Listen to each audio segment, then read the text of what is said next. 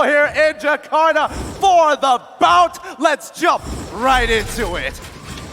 Well, draft-wise, as we get loaded up here, I gotta say, we've seen pretty much a big trend, right? We even saw, I think it was the previous series, just how prio the carry pick is. So I'm wondering, with Burn X Flash being here, do they want to go ahead and lock that in?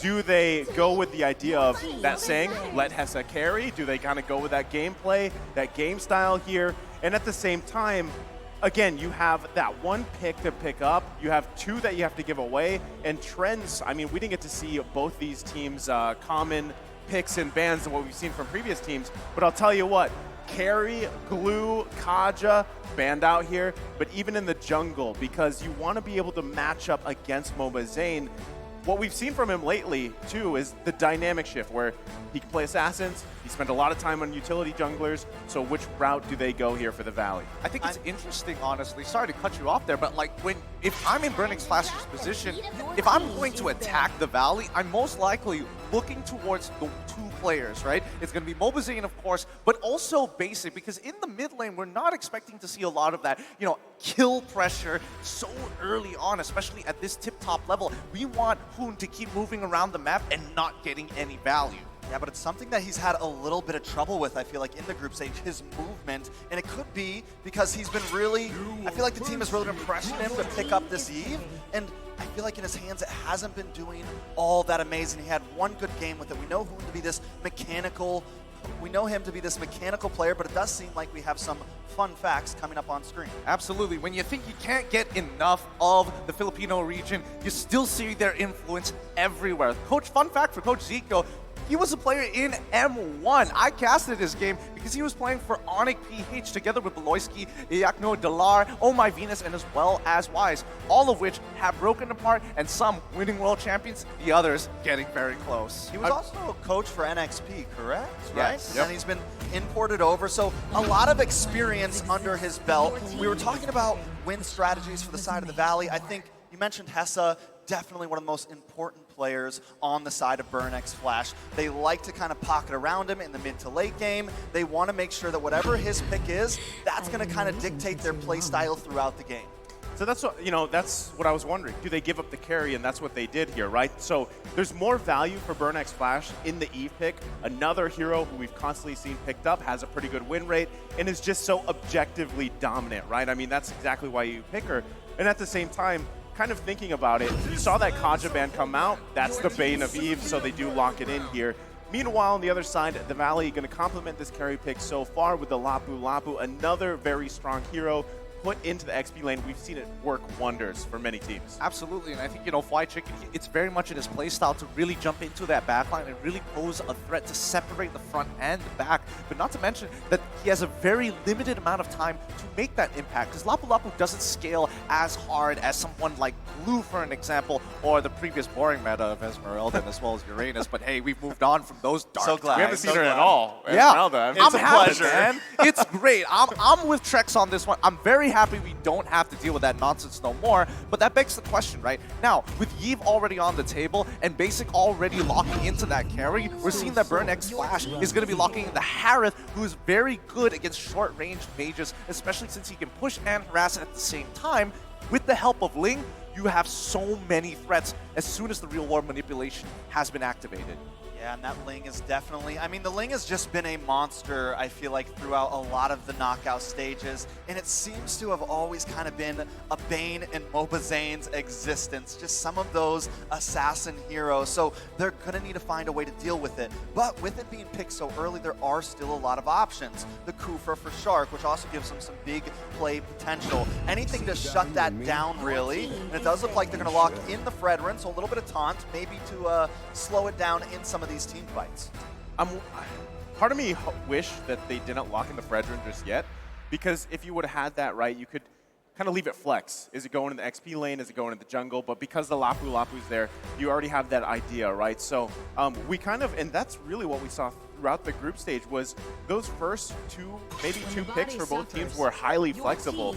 But now, you've got a pretty good picture of both these teams' first phase, and even the Harith, right? Harith, in a way, we've seen put in the gold lane. It's also, I think it's gone maybe once in the mid lane. And still, one of those picks that works really well in the gold lane, but the matchup, what I'm thinking, is it the Harith versus Carry here that we're probably going to see? Most definitely. I think it really makes a lot of sense that everybody who's been playing a marksman realizes that they get outscaled really quick by the carry. As soon as she gets 2 items, you feel like, wow, it's so difficult to trade unless you have high burst like Brody or maybe even the Claude. And even then, it still feels situational once the 3rd and 4th items come through. Now that we're seeing that the Benedetta gets banned out for the side of the Valley, I do feel there is a potential. We might see a potential Farsa coming out from Hoon's side. I would absolutely love to see Gushin, of course, but hey, you know, that's just a personal favorite. I definitely would like the Farsa as well. Anything with damage, because it's something that the side of the Valley has been lacking. They put a lot onto basic shoulders, and everyone else is either more support or front line, and when it comes down to it, they're not able to pack a punch. Now, coming into this last ban, if they do want to go for a Farsa, and since they are focusing in onto the EXP lane, possible Yuzong ban here? That's a good point. I mean, that could be the biggest giveaway because they do have that first pick in the second phase, and now that Matilda is already gone, oh, they also get rid of Franco. Huh, rather interesting. I thought they would hold it a little bit longer because Eve, again, real world manipulation, only two abilities in the game really have that effect of taking her out of it, and both need suppression. Yeah, both have suppression here. So I'm wondering what that leaves open for roam options for Burn X Flash. I mean, we've seen a lot of Cho, but there's always that kind of up and like, are the Way of the Dragon placements, are you putting yourself in a bad position? Are you able to utilize it? Now, I think they do have great follow-up already, but still the big question is, are you allowed to get this Harith active quickly? Because in the gold lane, right, I mean, we've seen it shut down as well to the point where all you're doing is you've got your Zaman Force, you move back and forth, but really you don't have the damage that you need. I mean, that is also the benefit of having the Mystery Shop emblem, but still, if you're kind of staved off from farming up early on, you're going to struggle there. So already questions here. We'll see the next 2 picks to lock in this team composition for Burn X Flash. But Lolita, I got to say, man, I like the Lolita pick, but let's be honest, group stages wasn't so pretty for the Valley when they locked in the Lolita.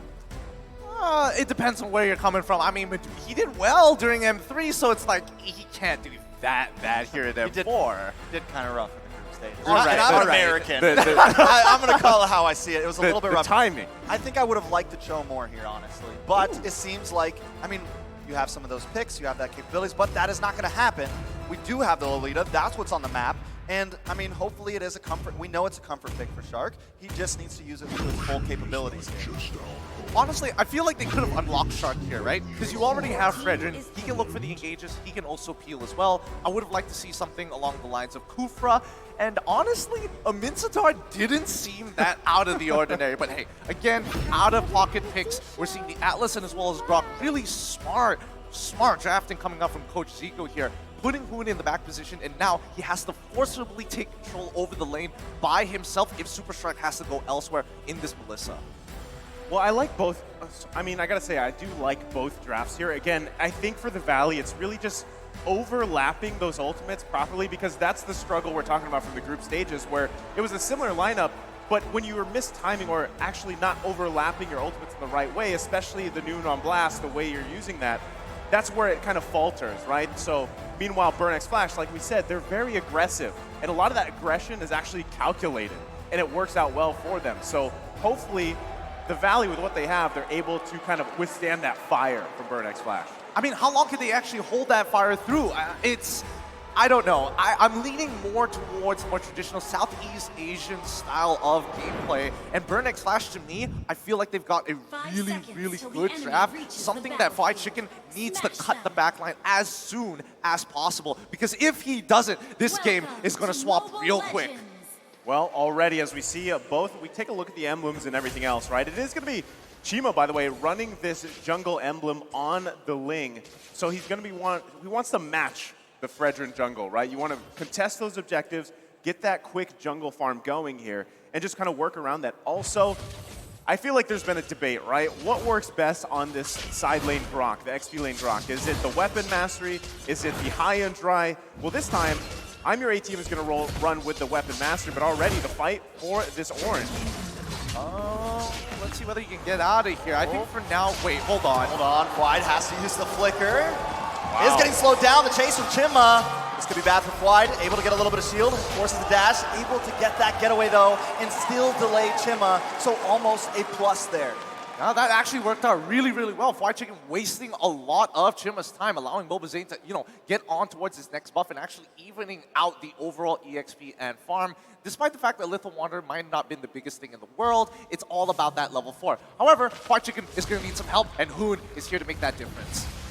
And I do like it. Hoon wants to come into ATM there. ATM forced to use a flicker. That is a utility gone. If you look at the minimap, though, Chima is making his way downtown right now, trying to see if he can make a play happen, but it doesn't seem like there's going to be too much. Still 20 seconds on the clock until the turtle comes. Yeah, so both these teams, I mean, early battle spells going down here, nothing too much though.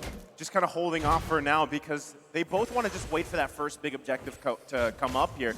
Now, biggest thing is, I'm your ATM's not going to have that flicker available, so you're not going to be able to expect that crazy wild charge from him. But still, when you're fighting in that objective, this is the best place for Grok, right? You have walls everywhere around you, and you can see them. They're even positioning this turtle so they have that advantage. And they're going to force the Valley to respond to this and work for it. Yeah, it does seem like Shark's going to keep D7 at bay right now, but Chima still holds the presence. Mobazane takes the turtle. A nice play. Fried Chicken, though, caught in the midst of I'm your ATM, trying to get away. Caught in that real manipulation, but he does get away, and D7 goes down. It's a 1-for-0 trade, and the turtle goes to the side of the Valley. That's what we want to see from the Valley, and especially from Fried Chicken. He is supposed to be the difference maker in this early 2 mid-game to set the Valley up for success. Basically, he's stuck here with Hessa. Oh, Hessa gets stunned, tries to use Mom Force, able to get the dash, but still, the pressure from the Valley right now is felt across the land of Dawn. I like this too. I mean, just with that early objective take, you taking a look at the items here. I mean, nothing too crazy, right? But still, this early on, this minor gold advantage will scale really well for the Valley. Now, the biggest thing is for Burnex Flash. We've seen this before with Atlas. Do they get those Fatal Links off? Now, you're working against 2 Purifies here, right? Which we've seen even teams take 3, again, or maybe even 4 in terms of hero usage. But going against that, that's all you have to solve. Avoid that Atlas and kind of spin away. The biggest thing about carry, though, is if an Atlas goes towards you and you kind of use that Purify, you dash away, you shred tanks so quickly, and that can be really bad news here for Burnex Flash. They've got to play around that. Chima also has to be careful here as well. But already trades early on in the jungle, Mobazane not letting go at all. I love that right now. And this is the aggression that we wanted to see. And I think Hoon picking up this Lilia instead of the Yve or something of that nature, it gave them that mid-wave clear, and it gave them the ability to rotate around quickly. Yeah, not only just rotating around quickly, the fact that Fried Chicken has bought so much time and now is a level ahead of I'm your ATM. Look at Mobazane. He's already a level up on Chima, who has the Demon Slayer. Again, you shouldn't expect that to happen, but yes, they were able to get that first turtle, but it shouldn't make that much of a difference. So I think the Valley most likely can start putting resources down onto the bottom side of the map to make sure that Basic get his farm and get his items fast. Take a look at D7, just waiting patiently. So worried that D7 was about to come in there, but now with the turtle up, Mobazane is going to start on it. D7, C-Cat, and Hessa trying to make a play in. D7 does have that ultimate with the Fatal Links. Oh, Shark! But there's the Numenon Blast! Super Shark coming down, but the Tempest of Blades locks on. This is a bloodbath. Shark very low. Hessa able to find him. Shark falls. Turtle has gone to the side of the Valley, though. Mobazane trying to run away from Hessa. Hessa and ATM pick him up. Mobazane falls to the 2-for-1 trade, and the Turtle goes to the Valley. I'm a little confused there. I mean, I don't know if you saw Basic, but it looked like he could have helped out there towards the mid lane, but decided to run up towards the top side. But still, everything that just happened there, it was a great set with the Numenon Blast from Super Shark. And if he can continue to do that, that is going to be the best case scenario for them. So Basic going to be forced back here.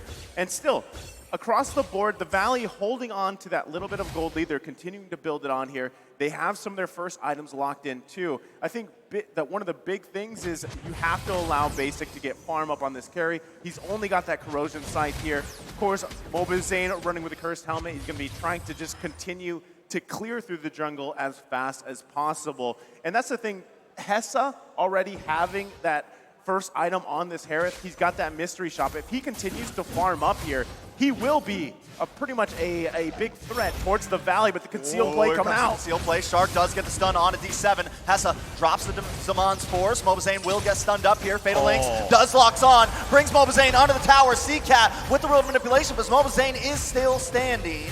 Rest of the Valley decides to back off, so a bit of a misplay there. Not able to succeed, but no one goes down just yet. Basic and Hoon still want to try to force the objective here. Maybe being a bit too aggressive, but they want to make this tower fall. CCat just can't get through the Bulwark shield. Finally, the invasion stops and the Valley backs off. So much value coming in from Burnex Flash. Like, while this dive was happening on towards the Valley, happening on the top side of the map, we look at the bottom side, they're able to actually return the gold in back into their favor. And now with an objective down, it's starting to get a little tough. D7, he's already had a 92 team participation, ranked second in M4 so far. He's about to make it almost 100%. Fried Chicken dives in with the bravest warrior, the bravest fighter. Wait a second, Super Shark with the flicker. Zane finds the turtle. Timma, I'm your ATM, forced to try to run away, but the Valley doesn't want to stop the chase. No, wait. Yes, they do, and I think they're going to try to take a tower for themselves. Well, they got a clean sweep on the Turtles. Objective, that's the name of the game here for the Valley, and they're doing exactly that. They should be able to get another turret here too. Bottom side, but even Hoon there, just trying to find an angle if he can. Top side though. Look at Chicken. Hessa had a little bit of an advantage over Basic, but he can't mess with that Lapu Lapu right now. But still, the game isn't too far apart. It could definitely go any way. Yeah, and I think right now Burn has a little bit more flexibility when it comes to how they want to play across the map, because the Valley, they want to stick together. They want to make sure that Burn, if they fight, we have the counter engage ready and we can start peeling. But Burn, with the mobility that they have with Hessa, and more importantly, what Ling gives access to with I'm Your ATM opening up the map and getting that information, the side lanes are always under a lot of threat. Again, this is the thing, right? I mean, one kind of growth that you've seen from Mobazane is this utility tank type jungle play style, right? I mean, it's something that he learned his time pretty much internationally, and he's doing it well. And these small objective wins obviously build you this little bit of a gold lead that you have, and it transitions for your game, and everybody kind of profits off of that. So that's what we're seeing from the Valley so far. Burnex Flash, all they need to stop that in their tracks, though, is a great set from D7. And like you saw from the earlier statistic, this is the man to do it, right? And they've got great follow-up, too. Hessa, though, Hessa getting to the point, again, he's still working on that third item. He's got the Feather of Heaven here. Also, the other thing that I'm wondering is CCat on this Eve, already having the Ice Queen wand, able to pump out a lot of slows and damage alone. What happens when, let's say, a Genius wand is locked in, and then you're reducing all that magic damage, and it's so front-loaded, you can't get out of that death box here for the Valley. Those are big things for Burnex Flash, as now we look to the next objective, the Lord. Exactly, and again, Burnex Flash, their composition is that flexible, even team fights, with the synergies of heroes that they have. We're looking at D7 and CCat to make all that difference there with I'm Your ATM if he has the opportunity to see Basic locked against the wall or even remotely close to it. He could get an incredible knockup that could change the game. And that's the playmaking capabilities that all these heroes provide compared to the Valley, who have a very standard style of gameplay, want to peel back, come at us, we're going to defend from every single attack you have. We don't necessarily have to be aggressive unless you're Fried Chicken. Most definitely. I think the major problem I'm seeing from the Valley, though, if we want to pick things apart, they haven't churned this gold lead into any major tower objectives. In all technicality, it's not a lot, but they're still losing right now in the ground, in overall material. So they need to, if they're going to get these kills, if they're going to find something, they have to turn it into more. Well, I think a big part of that, again, is what Gideon just mentioned. You know, you really have to, it's almost, you rely on the Noon on Blast setup if you can. Other than that, you're just trying to bait out ultimates from Burnex Flash, whereas Burnex Flash has, what, 3 options? Wild Charge, the Real World Manipulation, the Fatal Links. There's so many options here for them. So even with the lead that the Valley has, they have to be very careful how they go in. Chicken coming in, speaking of going in, but he gets knocked up. The Wild Charge takes out Fried Chicken, but Hessa picks up the kill. Now, by the Lord, Mobazane is trying to chip away at a D7, getting brought very, very low. Basic finds it, first kill for him. Timma with the Tempest of Blades, locks on to Basic, but Zane still takes the Lord. It's a 2-for-1 trade, but the Lord goes to the side of the Valley. Is that a fair trade, though? Hold on, still trying to go. Hessa wants more. They know they lost the Lord, but they want to take some objectives, so they take another tower away from the Valley. It's looking really good, honestly. And Burn, they understand their options. They really know that if we're going to execute, we might as well full commit. And the only person who can dictate the tempo from the side of the Valley is Fried Chicken. Everybody else is designed to bait out an ultimate or to slowly whittle them down so that they can fully commit to a fight. And Burn fully understand this. So I don't know what Coach Zico did, but he has prepared his team extremely well. Yeah, and taking a look at the items too. Hold on, they're still going here. D7, but the problem is they keep on focusing D7. It's just too tanky. They have to find a way to find Chima here or someone in that back line like Hessa. Well, they're still hunting, right? They've got to deal with this Lord here on the bottom side. Not sure if the Valley wants to do anything. Look at the push, though. Top side from Chima. So able to just make a play regardless of that Lord take from the Valley. They're going to be focusing here finally on the tier 1, though. Chima takes a lot of damage from basic, but just not enough. Finally, they take a tower, the Valley, trying to hold up against this, and this just shows that, you know, a 1,000 gold lead doesn't mean anything when you're in this mid-game right now. Yeah, and more importantly so, I think the Valley understand that they want to get Basic in a position where he can just hard carry the game because the rest of their team members, other than Hoon at this point, don't scale as hard. And Mobazane, he is just a stun bot. It's like, yes, come at me, use as many abilities as possible because the real carry is got me my back. Yeah, you really have to rely here on Basic once again. And earlier, actually hold that thought. Conceal Chima play. does use the Tempest of Blades to get away, though, so no big action just yet. Okay, going back to the items here, right? I mean, so this is what it feels like to be in this chair, but still, the glowing wand, I'm telling you, man, the glowing wand is going to be a problem. He's already got 2 wands. I don't know if he's going to go for the 3rd, but still, the fact that CCAT has this, you have the death box, he's also running in pure rage, right? So this works out so well for him. He can whittle down the members of the Valley, and they can work around that. So the Valley, though, you saw them. Mobazane, stun bot, if you will. He has the Radiant Armor, too. So he's going to be that front line. You also have Fried Chicken and Super Shark. All he needs to do is land those Newman on blast. And Lord advantage-wise, I mean, look at the Valley. The gold urn, it's not there for them to turret HP, though. They're still working around it, trying to get space around the map for them. Yeah, I mean, they have more material now at the very least, but now the items are coming in. Hessa getting his Holy Glaive.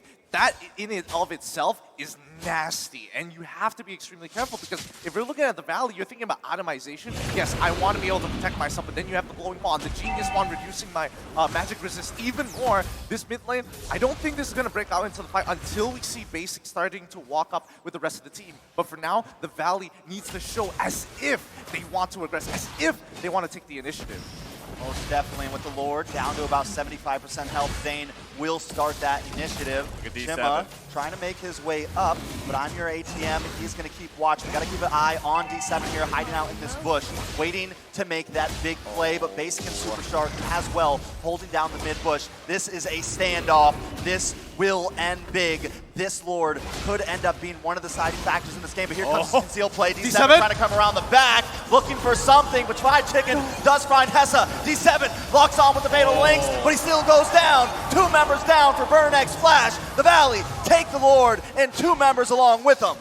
Nicely done. The turnaround is already looking so good. D7 couldn't find anything despite catching only 1. And did you see that? Exactly what we said about the Atlas. The downside there is you get there, Basic just dashes away, shreds you down, and you have no option, right? Again, even Super Shark being able to peel on this Lolita is working out great for them. Maybe he just learned from the group stages, comes in with that refined play style, and it's working out great. Hoon, like you said, he's just kind of whittling down Burn X Flash, right? That's all he has to do on this Lilia, and if he can bait out ultimates, even better. And he's really safe in doing so, because no one can, quote-unquote, catch him unless you use a big spell to lock him down. The Black Shoe's such a powerful tool for Hoon. He can basically do whatever he wants and feel like he's unstoppable, because no one's going to punish him. Most definitely. Now the Lord is crashing. Let's see if they can punish Burn, but look at Chicken into the backside. This could be bad for CCAT, taking a lot of damage away. Chicken finds it, does not go down, but D7 also connects. D7 brought very, very low. Fried Chicken pops the immortality. Gonna come back up onto the field as Hessa, Chima, and ATM try to defend this push. 2 inhibitors down. 1 more to go as Chima tries to clear away this minion so that the Valley just can't do it, but they don't want to stop just yet.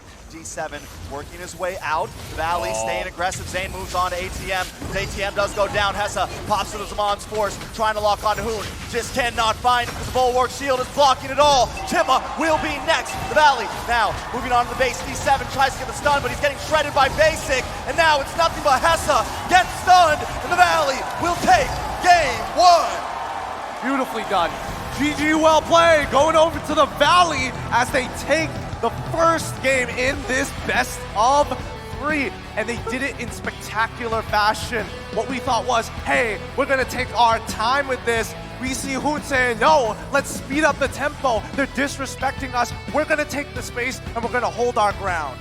You know, it's nice to see them smile once in a while, right? I mean, Zane's still not smiling. He's still not. He's chugging. He's hydrating. That's what he needs to do, right? Again, that was honestly, it was still a pretty intense game between both of them because at one point, Burnax Flash was in a good position to flip that game around. But objectives, Boba Zane on top of it with his Fredrin here. Just overall a great game from every member of the Valley. And again, too, even Super Shark, right? What a performance from what we saw that one game where he played the Lolita in the group stage. This one was a massive win for him. Yeah, they definitely finally seem to have found a flow, but it is not over yet.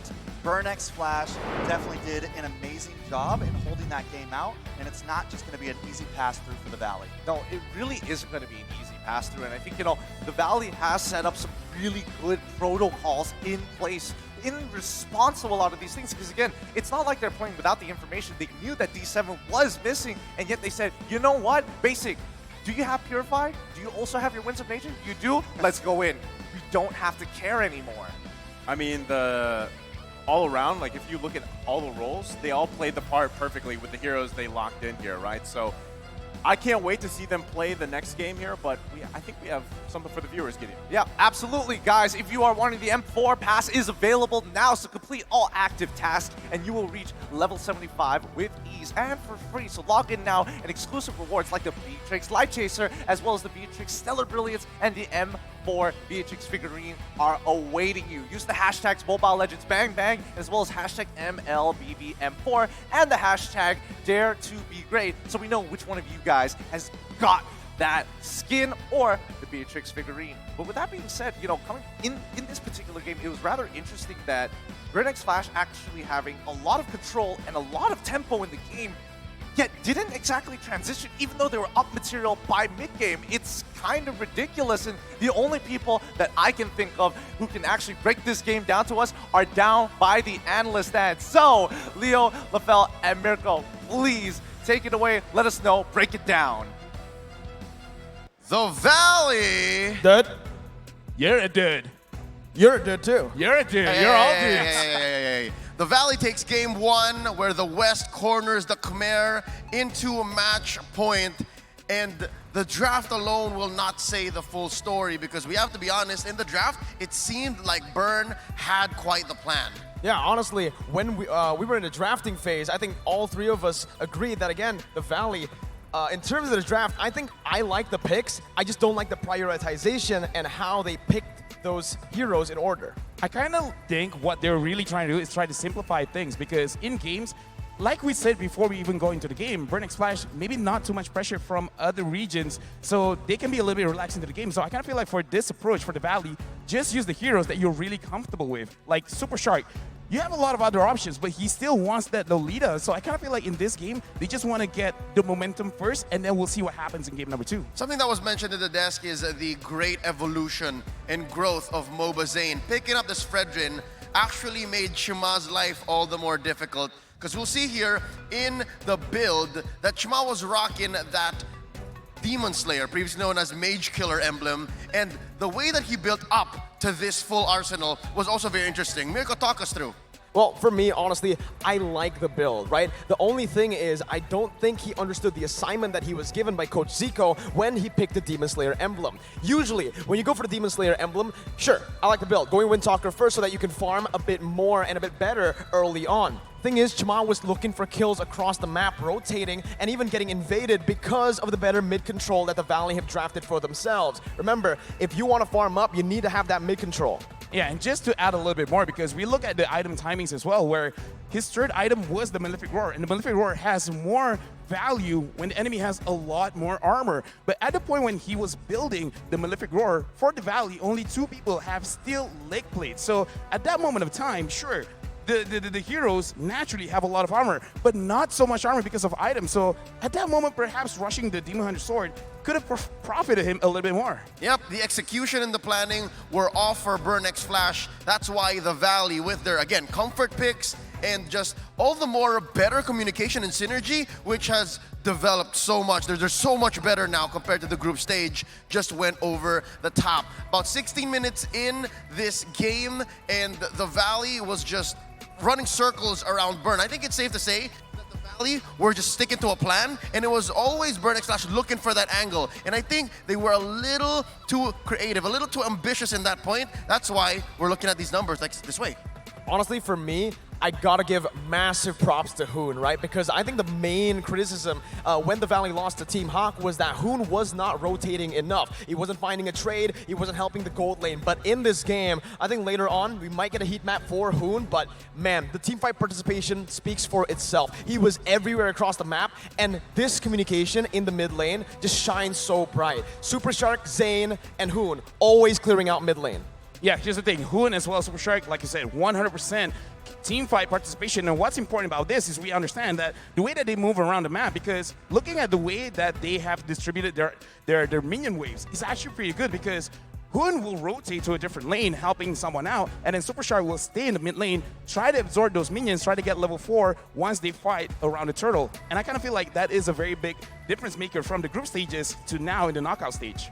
And now this brings us to talking about Burn X Flash. How do they recover from this? Because their lineup was so solid. I think they had a good plan to put a lot of the core damage on Hesa and then have Seacat do its best, all the while Chima would be reaping their benefits. But standing in their way, the MVP, just quelling all of that, is of course the man himself, Hoon. 100% participation on a hero that I swore would make showings in the group stage, but now it looks like the knockout stage is all about this little girl. It's about mid-control, right? The meta has been about mid-control, I think, for the last 2 patches, and right now you are seeing the best version of Hoon, who understands 100% his assignment, as you can see from the KDA and 100% kill participation. Always so active across the map, but it's about the decision he makes too. He's not just active randomly, he chooses the right lane to prioritize the neutral objective control that their composition was built around. Yeah, and actually looking at the items as well, this is typical Lilia build, but I like that Hoon, like whenever we look at his live streams and such, he is such a carry player, but looking at the He-Man from the first 5 seconds to 5 minutes and 5 seconds, look at how condensed it is at the Riverside. This also shows that Hoon is preventing any kind of movement from the side of Burn X Flash, because like you said, as the Ling, he kind of wants to steal farm and such. Hoon does not allow that. And it's in that early game dedication to being the nuisance in mid that made D7's life so hard. Because again, D7 is also helping Hesa, and if Hesa can't carry, then Burn X Flash can't do much. That's what made the whole decision path for Chima all the more a compromise. And we'll see in the highlights in just a bit exactly how difficult it was for Burn X Flash to play towards the Valley, because so far I think the story of this 15-minute match was the Valley was just executing on their plan and Burn X Flash just always being off timing. Don't you agree? Yeah, I agree. And before we throw back to the castles, I just got to say, I don't like Atlas going to carry. Atlas against carry, not a good idea. So we'll see in the draft if that still happens or if Burn learns. On behalf of Mirko and LaFell, my name is Leo. Let's go to the desk. Thank you, analyst Stan. Once